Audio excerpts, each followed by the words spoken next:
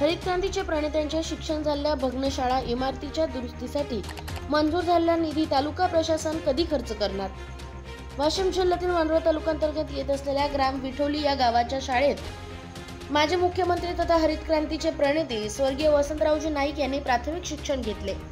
त्या जिल्हा परिषद शाळेची इमारत देखभाल व दुरुस्ती अभावी पोहोचल्याने या मोडकळी चाललेल्या इमारतीच्या डागडुजीसाठी संत सेवालाल महाराज तांडा समृद्धी योजनेअंतर्गत गतवर्षी मंजूर झालेला लक्षावधी रुपयांचा निधी कधी खर्च करणार असा संतप्त सवाल अखिल भारतीय तांडा सुधार समितीसह राज्यात सुजलाम सुफलाम करण्यासाठी झटलेल्या नाईक साहेबांवर प्रेम करणाऱ्यांकडून विचारला जात आहे।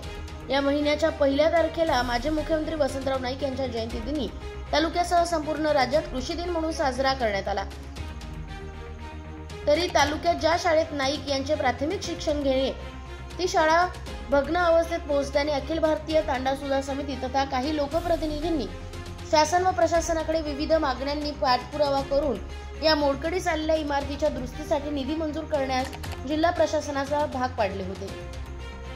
संत सेवालाल महाराज तांडा समृद्धी योजनेअंतर्गत सदरील शाळा इमारतीच्या दुरुस्तीसाठी 10 लाख रुपये व शाळा प्रांगण सुशोभीकरण करण्यासाठी 20 लाख रुपयांचा निधी गतवर्षी मंजूर करण्यात आला। दुरुस्ती अभावी पडण्याच्या मार्गावर असलेल्या या शाळा इमारतीसाठी मंजूर झालेला निधी कधी खर्च करणार येऊन या शाळा इमारतीला उभारी न दिल्यास तांडा सुधार समितीच्या वतीने उग्र आंदोलन छेडण्याचा इशारा गटविकास अधिकारी यांनी लेखी निवेदनाद्वारे दिला आहे। महाशिवजन न्यूज जिल्हा प्रतिनिधी देविदास फारसकर, कुपटा, वाशिम।